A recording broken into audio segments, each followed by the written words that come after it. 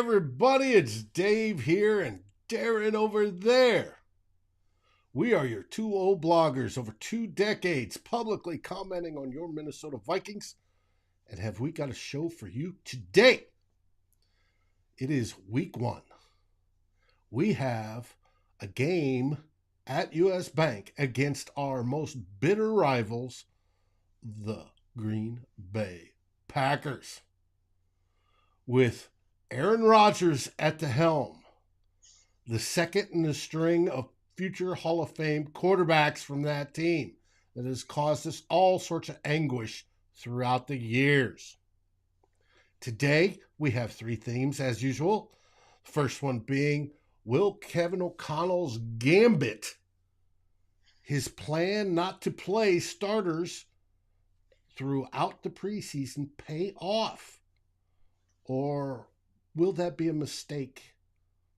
We'll find out. We'll be talking about it. Second theme, continuing sort of along those lines, we're going to be learning more about Kevin O'Connell in this game. This will be the first game that he and his young staff, i.e. there's a whole bunch of rookies out there in their positions, get to actually play a game to win and not just evaluate players. We shouldn't see the vanilla offense we saw in the last few weeks. We should see a real Kevin O'Connell offense, and we'll discuss what that possibly means. And thirdly, this is a pregame show, so we're going to look at the Vikings versus the Packers and break down where each team may have some problems and each team may actually be very good at, and that may be the deciding factor. We shall find out momentarily.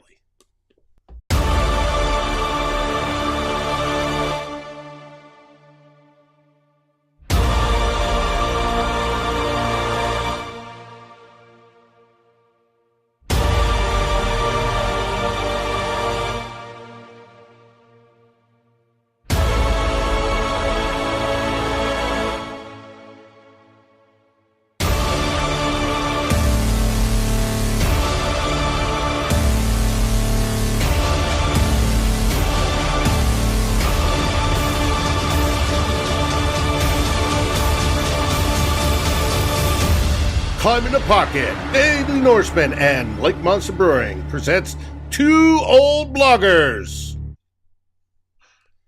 And we're back. Hello there, Drew, Raymond. How are you doing this lovely Saturday of fantastic college football?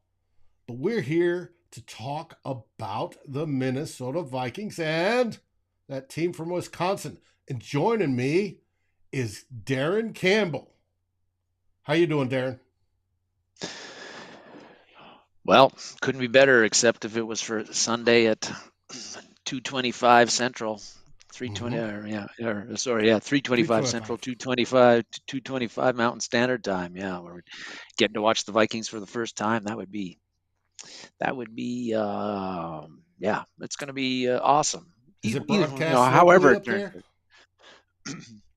I haven't been. They usually, I haven't checked. Game. Yeah, generally when it's the national game, particularly the late game, we do get it because it's one of the few, like only 2, unless Seattle is also playing and it's a prominent game. But I've got streaming anyway, so it's no issue for me. I'll be able to watch as long as the internet is good. I'll be able to watch no matter whether it's on TV or not.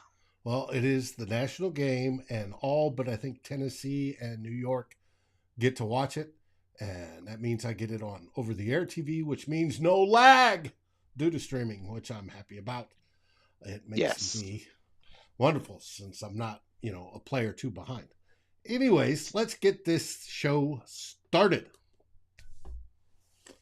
We named it Are You Ready? Because this is it.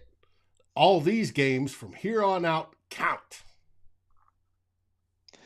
They do, David, and one of the things that you talked about it in the intro, but one of the things that's quite noticeable with Kevin O'Connell during training camp and in the preseason was he had a, we're going to get our first glimpse of the 2022 Vikings tomorrow afternoon, but and what they're going to look like under Kevin O'Connell with the new offense. But if early on in training camp and in preseason, if you were looking to get like a sniff of what that was going to be, you were disappointed because the offense and defense was very vanilla, no tricks, no frills. They kept everything pretty much very basic, waiting to save all the good stuff for when the games counted, which starts tomorrow.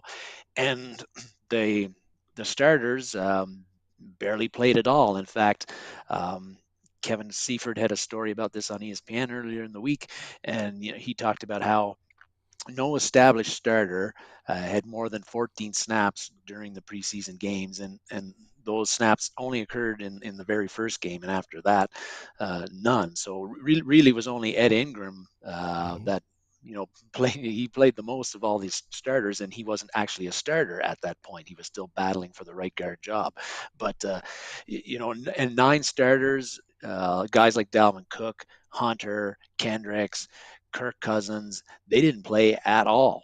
Um, and that's, we talked about it a bit before on the show, David, but that is risky for O'Connell. Again, he's a new coach. He's bringing in new offensive and defensive systems, and really, I don't think he or even the starters, the players, can know exactly how they're going to function in those systems against a real live opponent when until tomorrow. Tomorrow is going to be the first time that we're going to see that. So, that's a little bit of a risk, I think, and it's something that's been brought up before. I guess the pros to that is that the Vikings go into this game super super healthy, like really. Jonathan Bullard and Lewis Seen are the only guys that have like physical injuries that are potentially could limit their availability for that game. And whereas the Packers, that team from Wisconsin, they had like 12 guys on the injured list all All week, during the week. Yes. all week. Now five of them were limited up until Thursday. Alan Lazard, as you show there, still doubtful, and that's like a 25%, I think, chance that he plays. Not looking good for him. And then there's lots of other guys, key guys like David Bakhtiari, like you got Elgin Jenkins, and a couple others that aren't up there who were limited all week, and they're it's, I expect that they will play, but it's not guaranteed, and Yeah. they're And the still, questionable is what, 50-50? yeah, 50-50. And the Packers may decide, particularly with Bakhtiari, is that maybe we'll give him another week or two. We think, even if we feel pretty good about where we're sitting right now going into Mhm. week one, maybe he's not quite ready, he might not go. So the Packers' health situation is a little bit different than the Vikings, not as good. And the Vikings veterans in particular have been raving about how healthy and fresh they feel. Zadarius Smith was talking about that this week. But that's been O'Connell's plan, and he stuck Mhm. to it all along. The idea that uh, they're working on getting keeping everybody as fresh and healthy for the long grueling season that it is the NFL football season, and he wants to during training camp wanted to reduce the wear and tear on these guys. The focus is on keeping them healthy, more mental reps or half speed kind of reps and then snaps and playing time in preseason, and and this was the plan uh, that the new guy, I would keep on forgetting his name a lot of times, but Tyler Tyler Williams, Williams. Mhm. who's the new executive director of player health and performance. This was the plan that he laid out for the Vikings players, and O'Connell has stuck to it. And with the whole idea of we don't want our team to be wore down in September already. We want them to be fresh, ready to go now, so they'll be relatively fresh and ready to go in December and January, and uh, and Hopefully February. Hmm. hopefully February, right? And it is and it is a thing where in football, very physical sport, getting injured is really it's not a possibility. It's an eventuality for everybody, I think, other than maybe your kicker. So anything they can do. There's a lot, there's been a lot of load management going on for guys in training camp and preseason, and this is that's the way that McConnell's gone. Now, this is the plan that has been used by the LA Rams under Sean McVay.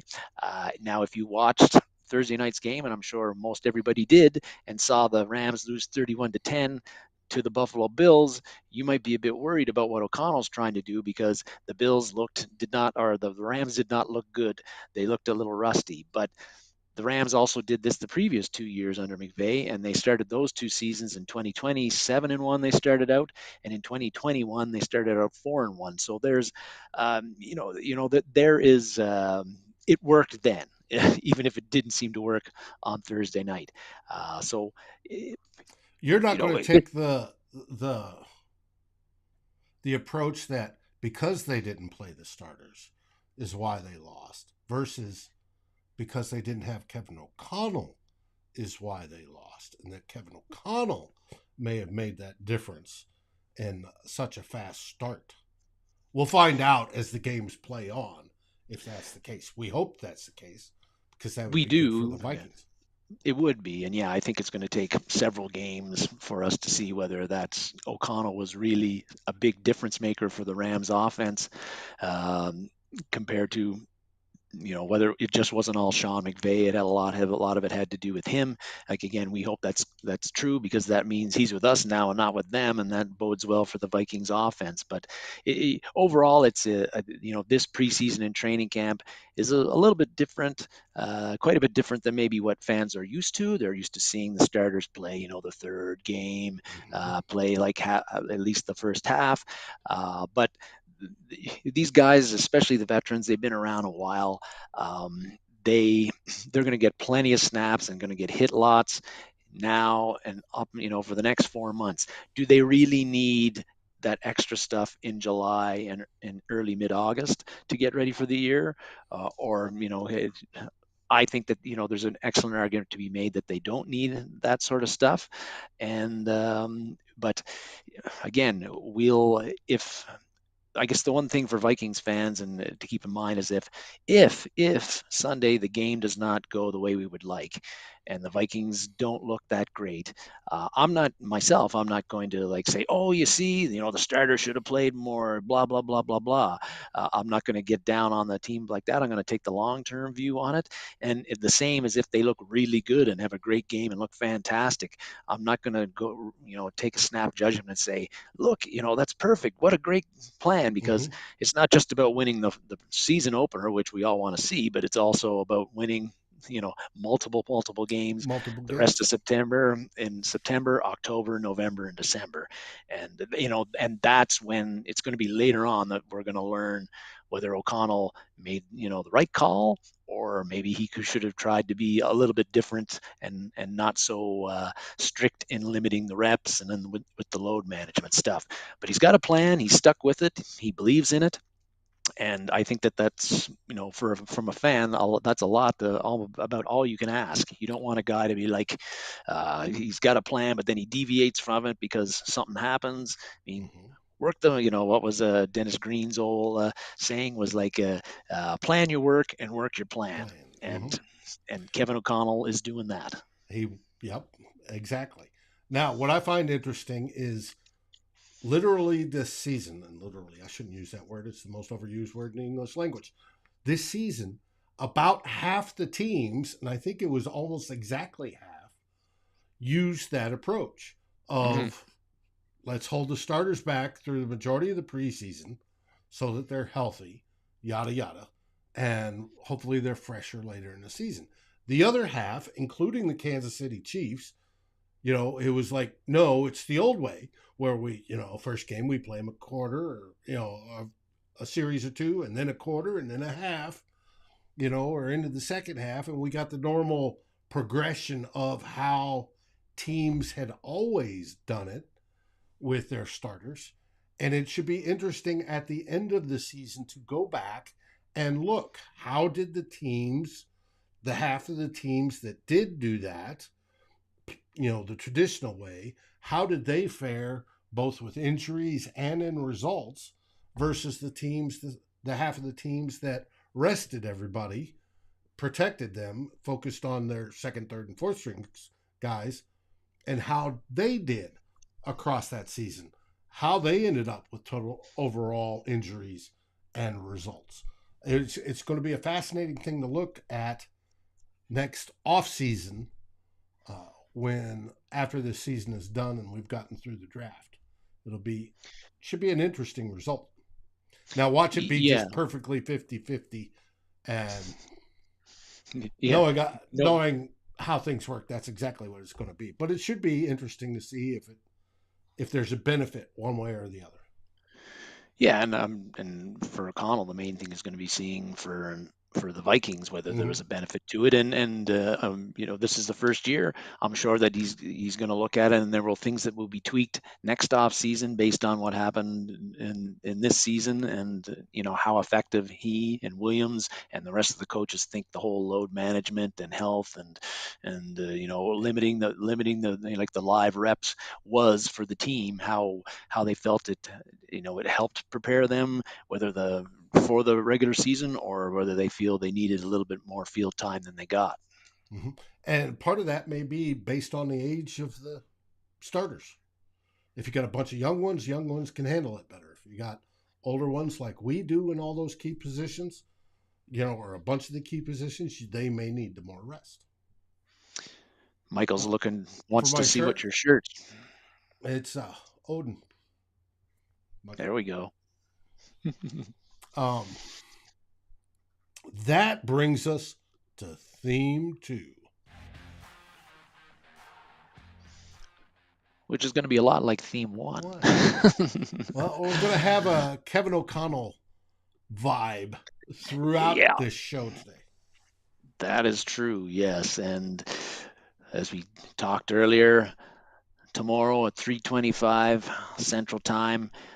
Kevin O'Connell is going to be on the sidelines as the head coach for his first regular season game in the NFL, and that's big. Mm-hmm. And now he's going to be in the crosshairs of fans and media, both locally and nationally, for watching every decision he makes and everything he does, and and every non-decision he makes, and he'll O'Connell's going to have to answer for that, and we are going to learn whether his calm, very Mm-hmm. positive, and with the media very polite demeanor in press conferences, if that's going to continue on the sidelines and post games when the pressure of the season mounts.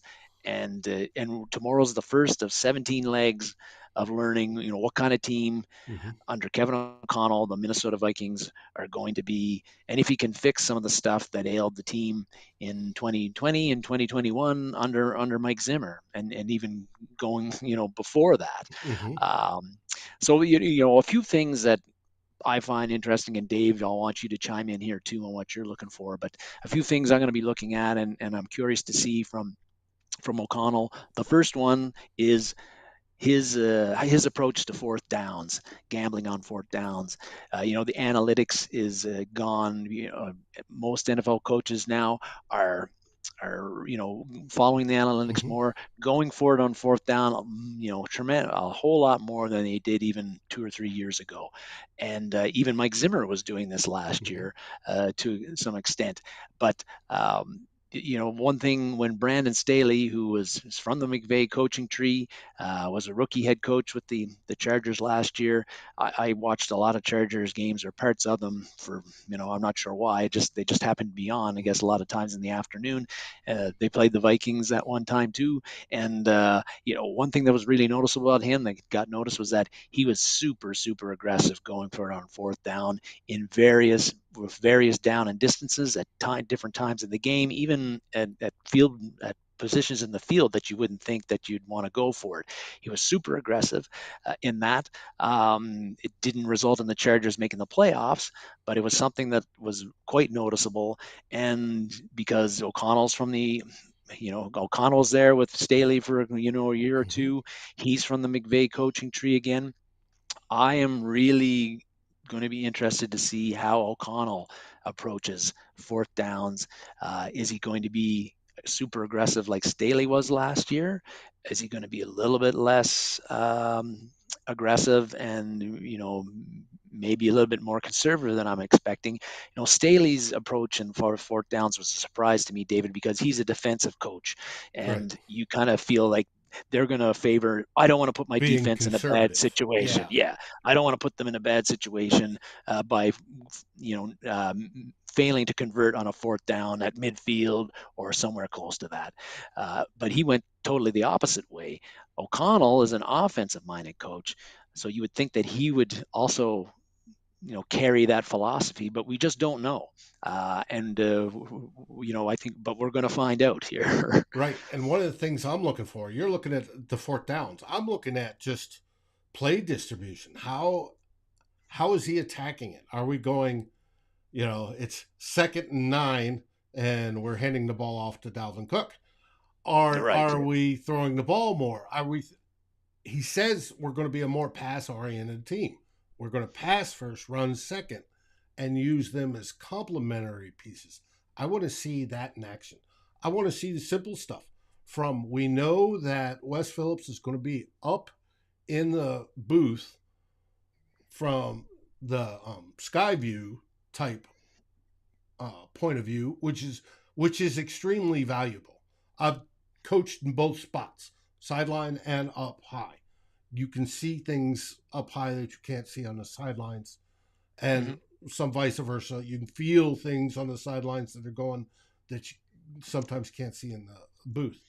I'm going to be curious on how that interaction, if we see any visible hiccups. We shouldn't see anything, right? Yeah. The whole idea is we see nothing. It is flawless. Everything, the communication works great. But that's a question. How is the communication? It goes Wes Phillips. I think the analytics guy's upstairs with him. I'm not sure about that, but I'm pretty sure he's upstairs with him, right? They do the recommended plays, goes down Kevin O'Connell. Kevin O'Connell reviewing his sheets. Yep, talks to Kirk. Kirk is giving 1, 2, 3, 6, however many plays. Does he have a kill command? Does he have options to change at the line of scrimmage that we haven't seen or haven't seen him use often? I want to see those sorts of things when it comes to the offense, whether Kevin O'Connell has that going and has it going, this first game.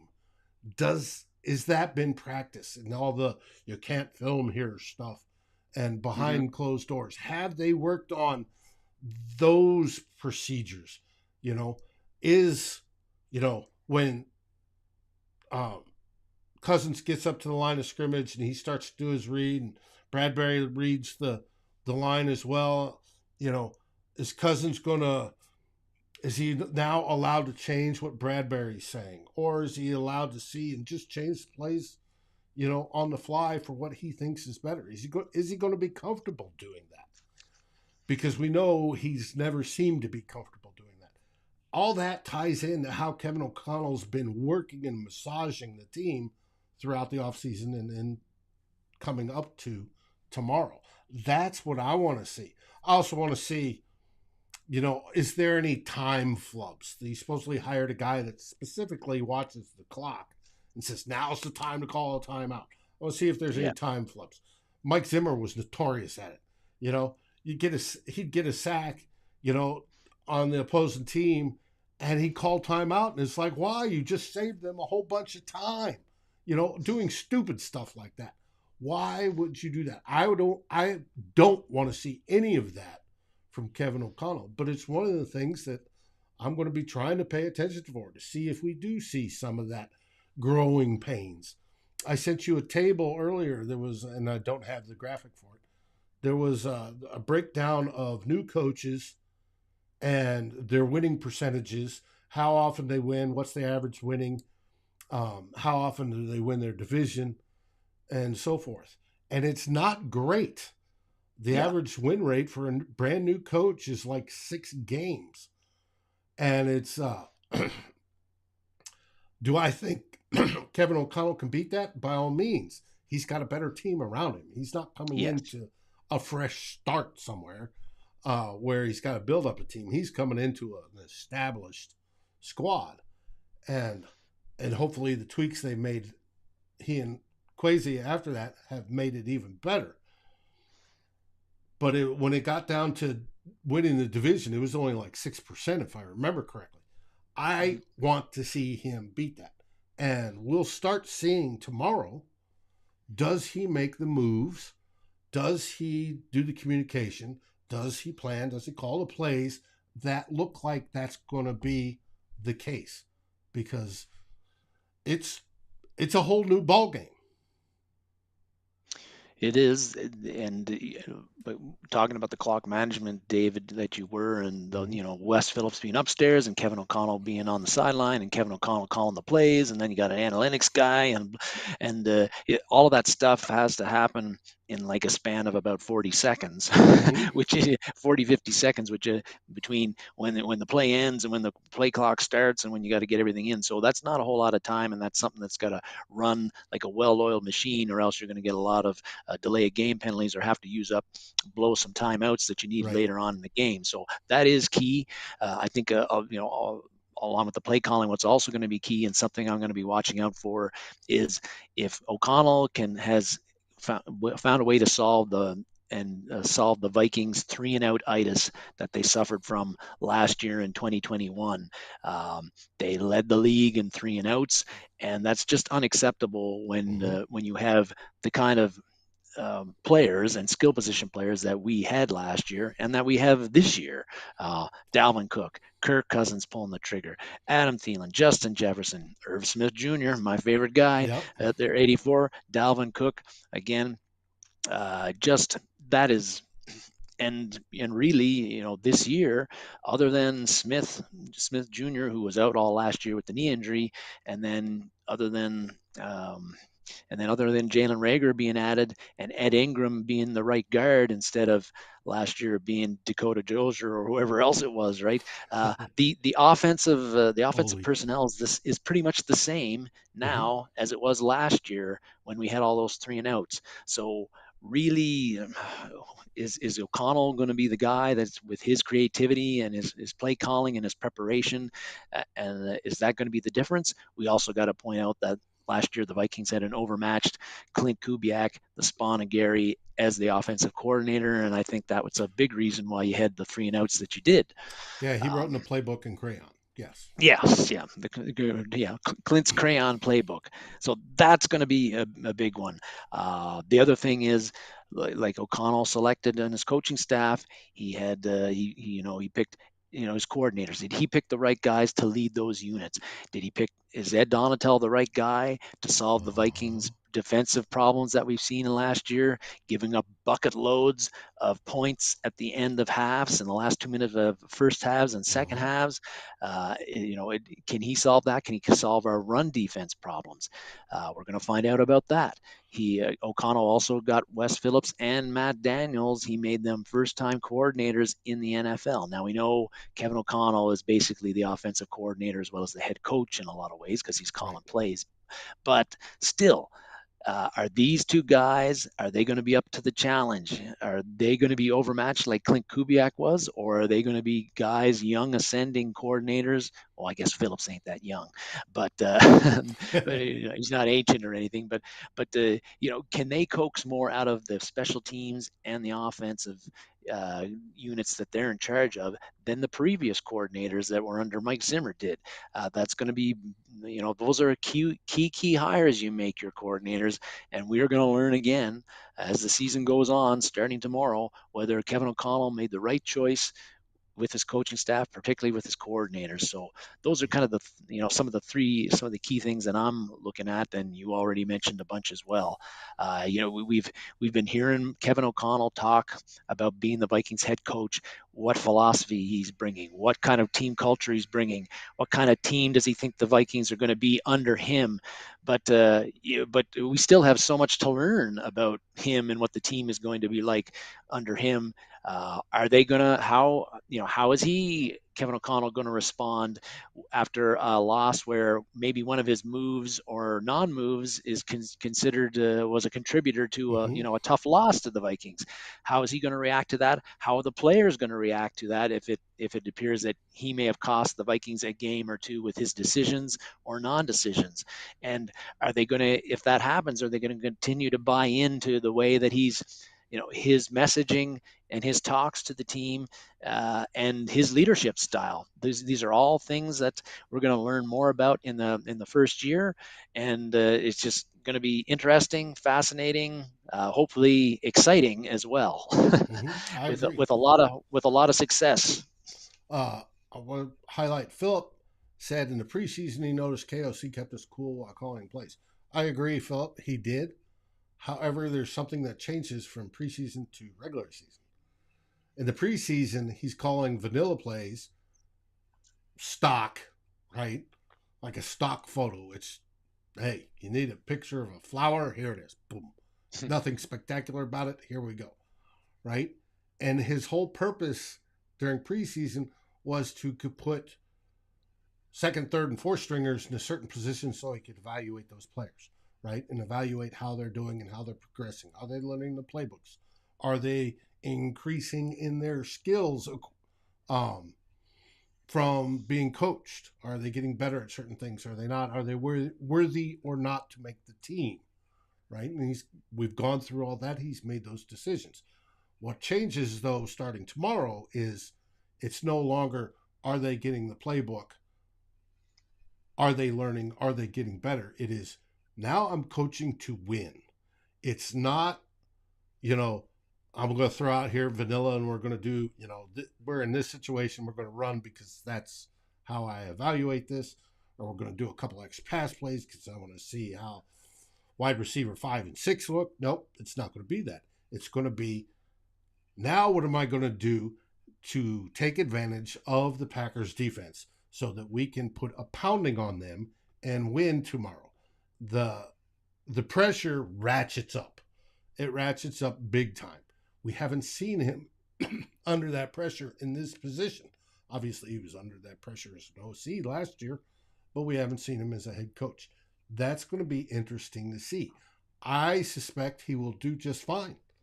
I hope he does. I'd be surprised if he doesn't. But it's something that we're going to be looking for tomorrow, especially with the possibility of rust and both teams being sloppy because both teams didn't play a lot of their starters in the preseason. It should be interesting because coaches get a little perturbed when players aren't playing up to the coach's expectation or perception. So, should be fun. It'll be fun unless it's a blowout where where the Vikings are on the receiving end of an ass whooping. Otherwise, it's going to be fun. Yeah, I agree there. That brings us to our favorite part of the show, where we talk about beer and Lake Monster. Beer. Beer. Beer. Lake Monster has a new menu out as of tomorrow, or already, and on it has, it's that time of the year, folks. They've brought out the Oktoberfest. They've added milk. Where's the schnitzel? They've added an original stout, oatmeal stout up top to go along with their Murmur milk stout, which, according to a friend of the show, Arif Hassan, says is absolutely fantastic. They've got that, and they reintroduced Depth Charge Juicy IPA, which is Matt Anderson's favorite IPA. They've got that back in stock, and they're going. But the big thing is, it's that time for Oktoberfest, and they have their Oktoberfest going. I talked to Matt Lang, the brewmeister, and I said, man, I would love to see it in the liter or liter and a half mugs like you see the beer maids holding right there. And he said he would too, but unfortunately he doesn't have any of those glasses. So I think if the Vikings win the Super Bowl, they need to donate some of those glasses because we're supporting them. They need to support. some I'll good tell you beer what's in also the fantastic, Oktoberfest. those three ladies Mm-hmm. drinking the beers there. Yep. Very And attractive. yes, I agree. And we're getting some already score predictions in there. We're not into Yes. that point. On to theme 3, where we look at the game itself. Boom. Vikings versus Packers tomorrow at 3:25 on Fox from US Bank Stadium. Indeed, David. It's Packer week. It's on. It's been on for a while. The rivalry starts again with those hated Packers from Wisconsin. And we're going to be doing a preview of this game like we'll be doing for all the other games this season, both regular season and hopefully playoffs and Super Bowl. That's right. So we're doing this is our first preview of the first game of the season. Something that I always find difficult, David, because we I agree just with you. we don't know what to go on, right? Like Mm-hmm. what the strengths what the strengths and weaknesses of the Vikings and the Packers were last year, maybe totally or a lot different this year. You just can't go by what teams did last year and expect them to be exactly the same Especially this when they year. got a new coaching change and new Yeah, schemes and everything else. What I yeah, brought up here is I've got PFFs projected as of this early. All these, whether it be PFF or ESPN or um, any of the other grades and ratings I bring in during the pre games as we get further along, the first 4 games are sort of out of whack, sort of yeah, wacky before anybody figures out exactly where teams should compete and how individual players match up or how offense versus defense and etc. Here, the PFF is not high on Minnesota, as you can see. They're not the only ones I've seen all week. And power rankings, which I mean absolutely diddly squat, that the Vikings are in the 20s. I don't yeah. see that. I don't see that with this squad. Now, if you want to take a new coach and say, yeah, you only win 6 games, yeah, then we're going to be in the 20s. But I don't think that's going to be the case.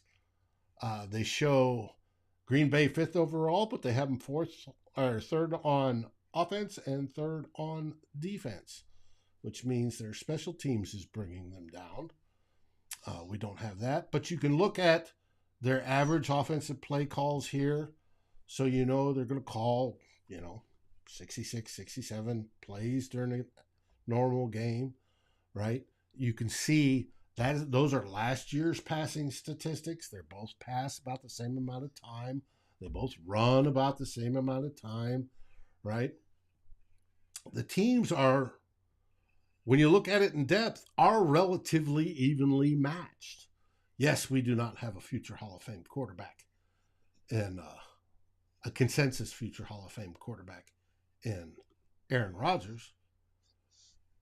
We have Kirk Cousins. Now, Kirk Cousins is going to have to win an awful lot to get into that discussion, and we hope he does.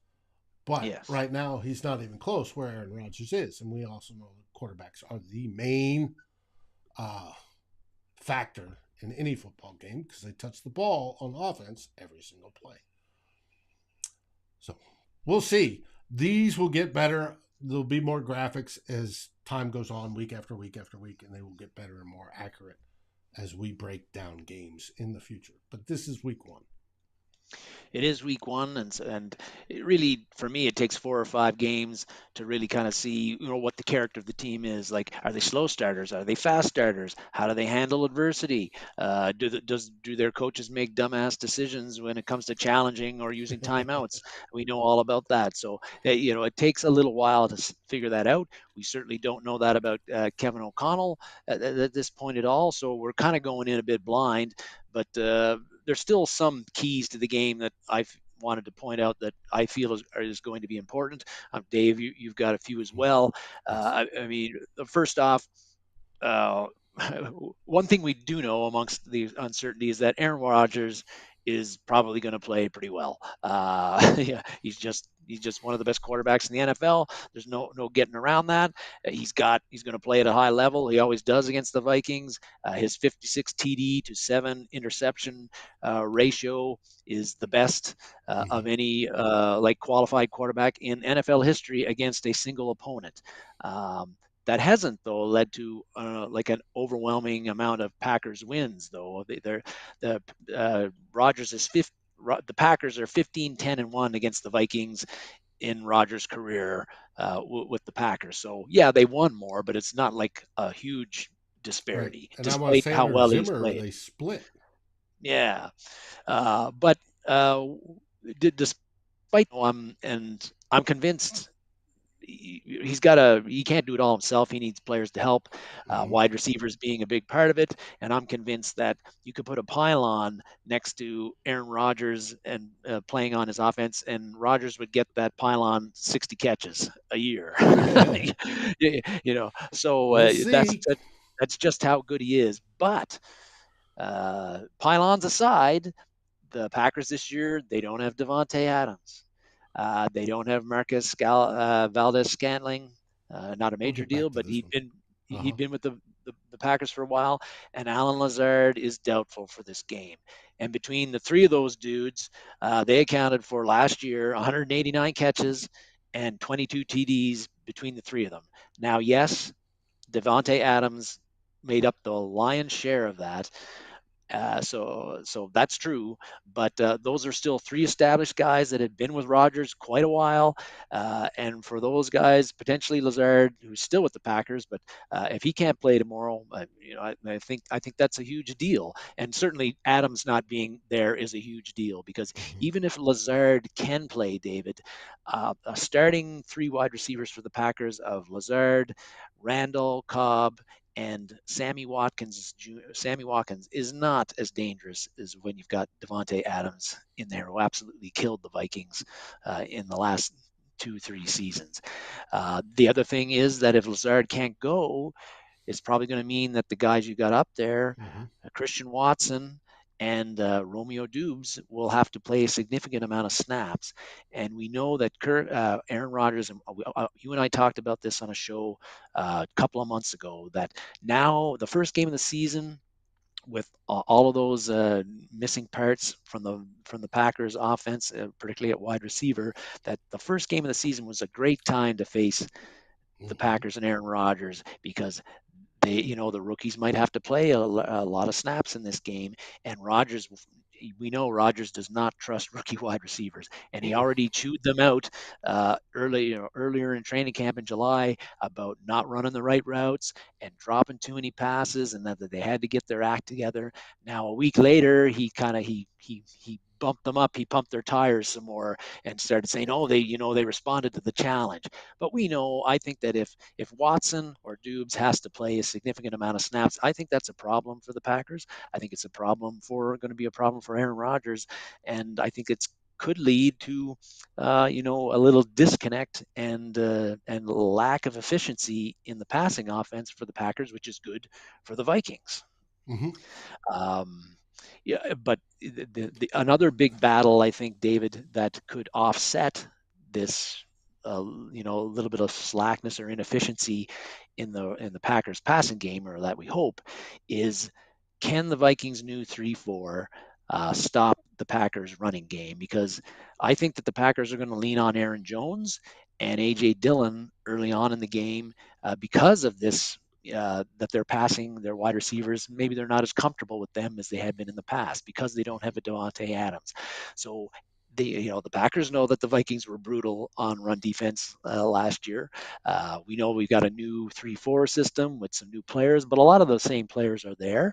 Right. So if and Aaron Jones is an excellent back, he's also an excellent receiver out of the backfield, and he'll probably be featured quite prominently in the passing game tomorrow as well. But if Aaron Jones and AJ Dillon was he really stepped it up last year in his second year. If those guys are getting 4, 5, and 6 yard gains consistently, Hmm. it's not going to matter that that Rodgers is doesn't like his rookie wide receivers who have to play. It's not going to matter so much that Devontae Adams isn't in the game because he's going to be in second and short and third and short all game long.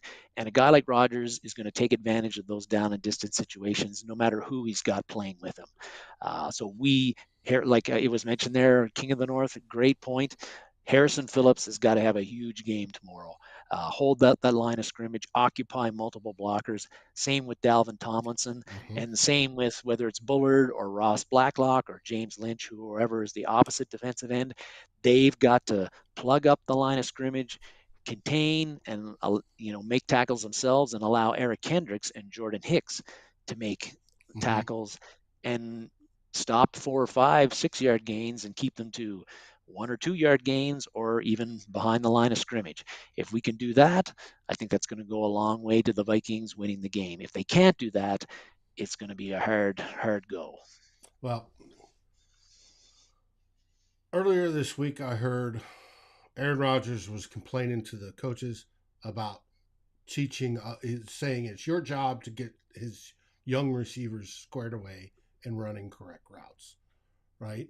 And so Aaron Rodgers complaining to the coaches about what the coaches are doing is not a change. He's done that before, as we all know. That also tells me that he may not think those young guys are ready. And we know he does not have the trust factor he had with Devontae Adams. So, and I think LaFleur knows this as well. So if the passing game isn't there, they're going to rely on the run game. Like you said, A.J. Dillon and Aaron Jones. And they're both good backs, very, very good backs. And so we may see a flip-flop of what we're normally used to.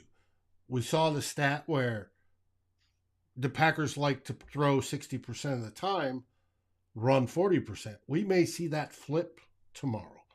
Not because that's what they want, but because that is coming out of necessity.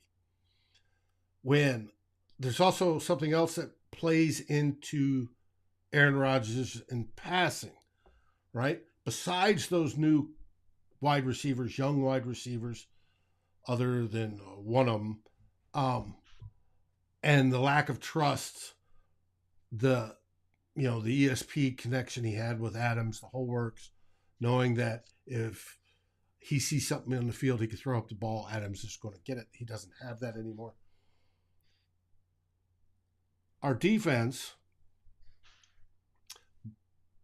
for when it comes to passing or stopping the pass, we have a very pissed off Zadarius Smith, as we all saw reports all week long on how he feels the Packers treated him poorly. Those weren't his words, but that was the jest. He is very motivated. I'm sure he wants to put Aaron Rodgers on his backside as many times as possible.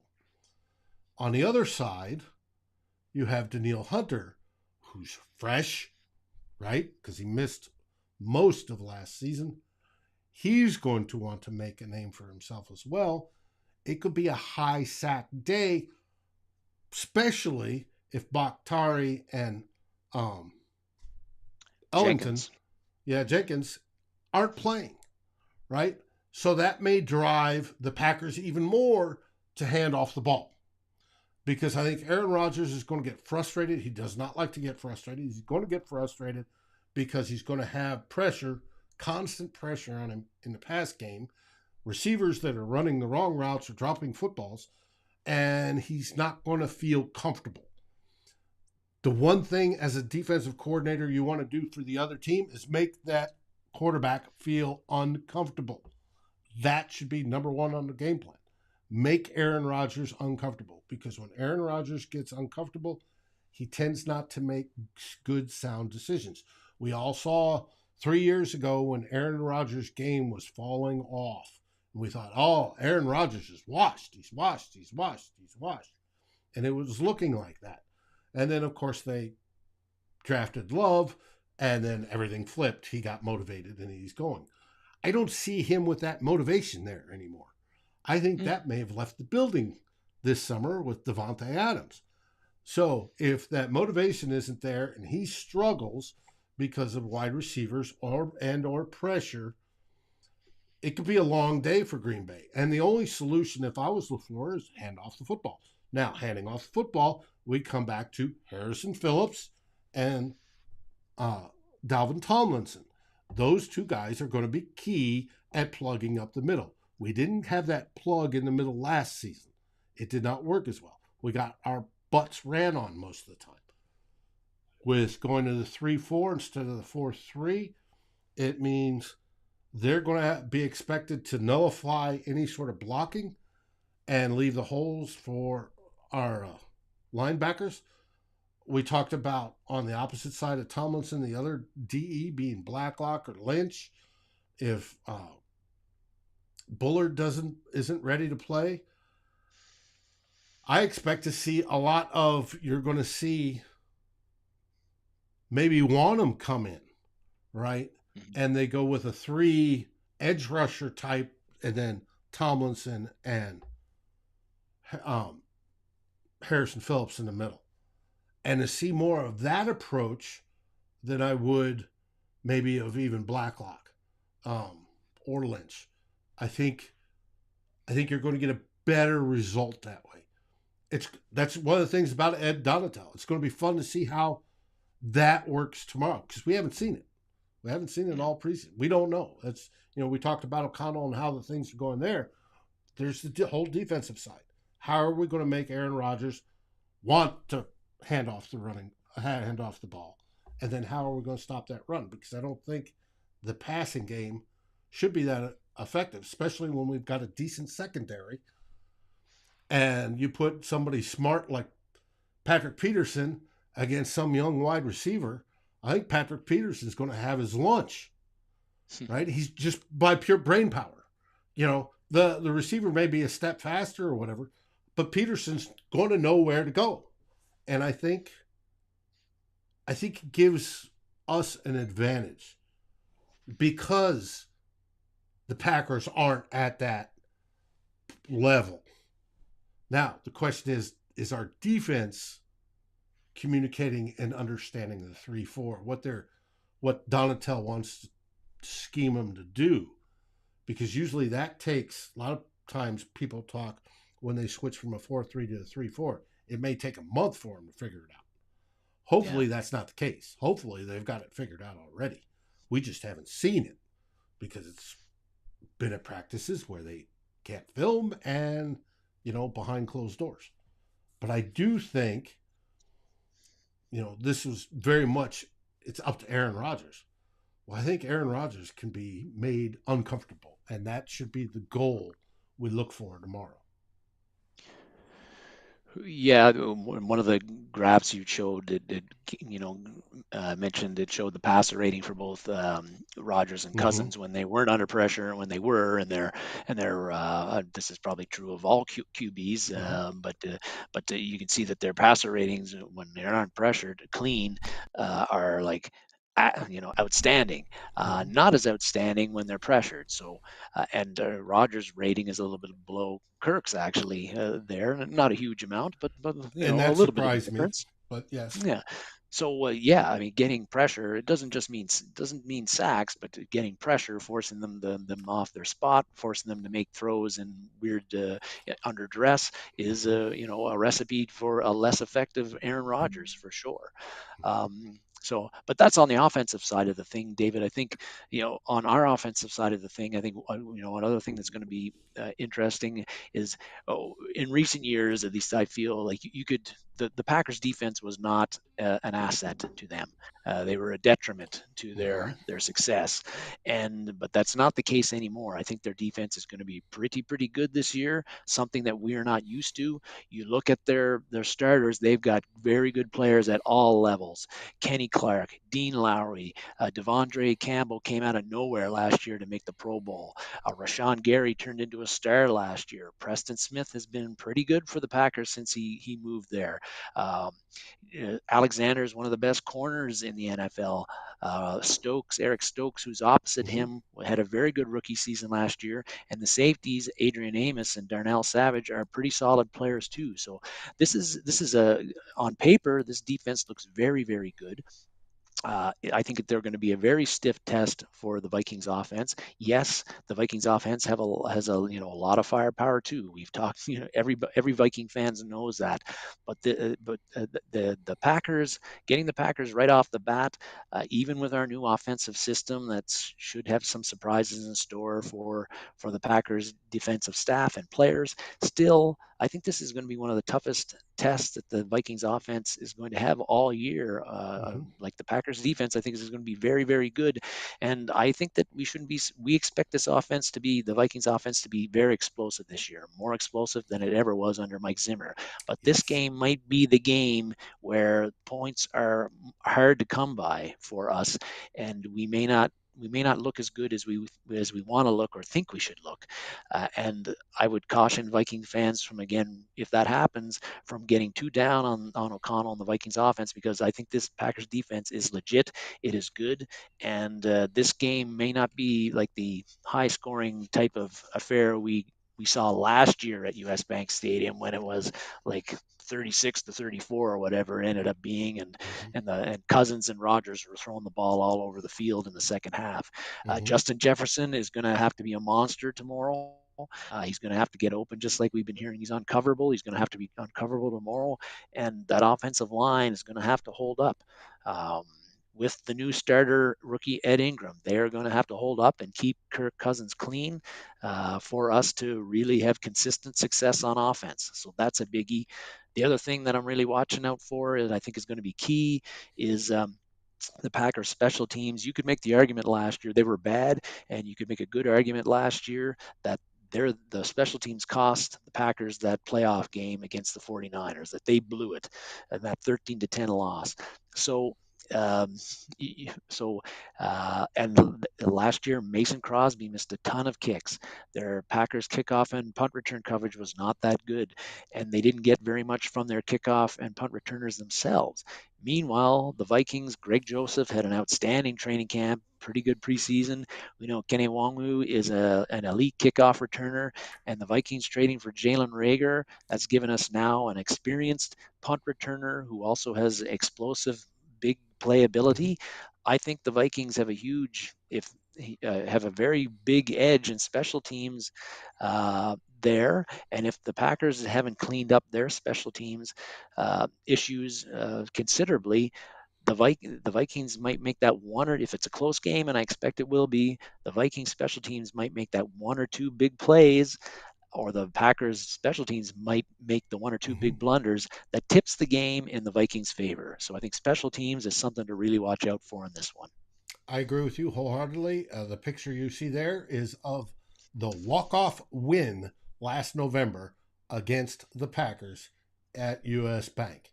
And I do believe that we saw on the team comparison where PFF thinks their defense is good, rank at 3. Their offense is good, is rank at 3. I don't think that's quite the case for the offense, but mostly that's Aaron Rodgers. But they were ranked 5th overall. Why? Because their special teams, they still have issues. I think our special teams wins this matchup. And I agree with you. Kene Nwangu as kick returner and Jalen Rager as punt returner. And uh, he got his accolades this week from Mr. Daniels, Coach Daniels, on how he loved to see him and all that. So I think that will be a decided advantage for us. But I really hope that Joseph's doing nothing but extra points and kickoffs. True. That would be sweet. Mm-hmm. And lots of them. Lots. Yeah. If he only kicks one field goal and has like two kickoffs, the Vikings are in trouble. But if he has multiple kickoffs and a few field goals, then that means we're scoring lots of points and we're probably winning this one. Mm-hmm. Lauren's, she's expecting a slow start. I understand a lot of people, and we speculated on that earlier Are they going to come out sloppy? Are they not going to come out efficient on either side? I hope that's the case for the Packers, and I hope that's not the case for the Vikings, and that we do come out and we're firing on all cylinders. And unlike with the previous regime, we're not afraid to take the foot off the gas, and that we absolutely drive them into the stadium turf. So it all comes down to one thing, though. To wrap this up, it comes down to Kevin O'Connell again. And in this graphic, I have a tweet of a tweet. It's by Score North. It's our friends Phil Mackey. And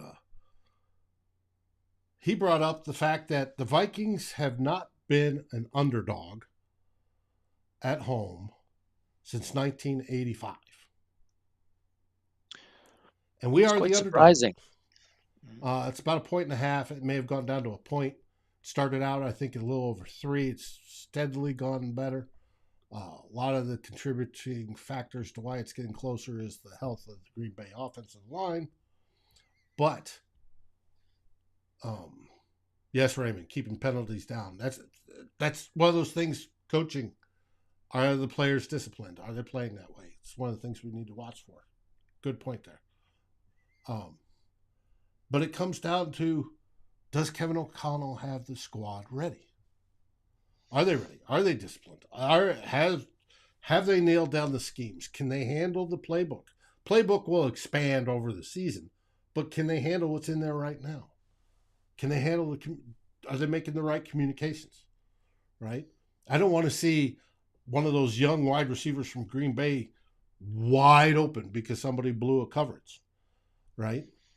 And, and for the Vikings, I don't want to see Justin Jefferson or Adam Thielen screaming wide open and we get a 2-yard check down to C.J. Ham. I want to see that change this year. So we'll see. It's all on him. Like I said, this is a heavy Kevin O'Connell theme show, and it's all on him, but it's going to be fun. Now, do you have... Yes, Drew, Vikings have scored 83 straight games. 84 after tomorrow, longest current streak in the NFL. I did not know that. That's a good number. And I know Kirk Cousins has a consecutive game TD throwing streak going as well. But that's good to know. I expect this team this year to be offensive centric and minded, and that we'll look at them and go, hey, we'll start, I hope, to compare them to, 98 Vikings and then the Rams there afterwards, where it's 35 points or bust every game. Mm-hmm. That would be nice. Have you got a prediction? I'm going Vikings 24, Packers 23. You got it close. See, I said on Wednesday's show, and I was laughed at by Arif. I said 35, Vikings 35, Packers around 21. We'll see how it goes. I hope that it's that high scoring on the Vikings part. Hey, if they hold the Packers to nothing, cool. I think it was somebody up here said 41-0 whipping would be great. I agree wholeheartedly. Absolutely, positively. Let's do it. So it's been quite a while since the Vikings have beaten the Packers by the point spread that you're predicting, David. We've been able to beat the Packers 10 times while Rodgers has been QB, but most of those games have been pretty close. Even in 2009, when we jumped out to early leads and looked like we were going to run away with it, and they clawed back and made the games closer than we would have liked. And so that's my prediction. But what? And every game last year was within a score. So yeah, except the last game right. at Lambeau, that one wasn't close, but we know why. But yeah, the other, David always asks for my last words, and I think again this holds for the next 2 weeks. Vikings cannot go 0-2 for the third straight season. They've got to win, and so it starts tomorrow. Win that one, and you're going to at least go 1-1 in the first 2 games. We know the stats when you go 0-2, and the chances of making the playoffs are like 15% or something like that. So the Vikings can't go 0-2 like they have the last 2 seasons, and that's super, super important. So we're going to see tomorrow whether they can take a step in, not allowing that to happen right off the bat. The first 6 games of the season, the schedule is set up for us to really get off to a good running start, and get a good 5-1 or 4-2 record where we're in the pole position to not only make the playoffs but be the division leader. So starting off strong is going to be, I think, is really important, especially when you got a new head coach trying to institute a new culture, new offensive and defensive systems. I think you want to get off to a fast start and keep the players bought in like they have been all off season. But if you go 0-3, then the attitude, I think, will be sour considerably at Egan. Mm-hmm. But I don't think they're going to go 0-3. I predict to win tomorrow, and it will be a great Sunday for all of us. And remember, at the 2-minute warning, Climbing the Pocket goes live with the final score. We'll be on the first post-game show on the Viking Sphere. Because we go early, you can watch that last 2 minutes. Hopefully we'll be celebrating. I'll be half lit, and it should be fun. It will be fun, yeah. Like I said, unless we're getting totally blown out, but I don't see that happening. I hope it's the other way around. Hey, and Kevin Seifert, our buddy, one other quote he had: if Kirk Cousins wins tomorrow, he will be the first quarterback ever to defeat the Green Bay Packers 3 times in a row in the games that he has started. In the modern, in this era. So, hopefully that is the case. Last words? I already said them, David. Win tomorrow. Don't go 0-2 to start the season. Let's go.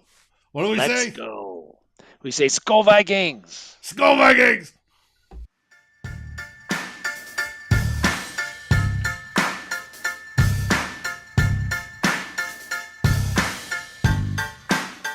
Thanks for watching. Like, subscribe, and ring the bell, and rate us on your favorite aggregator. And a special shout out goes to our partners, the Daily Norseman, where the best Vikings content can be found, and to Lake Monster Brewing, home of the best beer in Minnesota. Skol, everybody.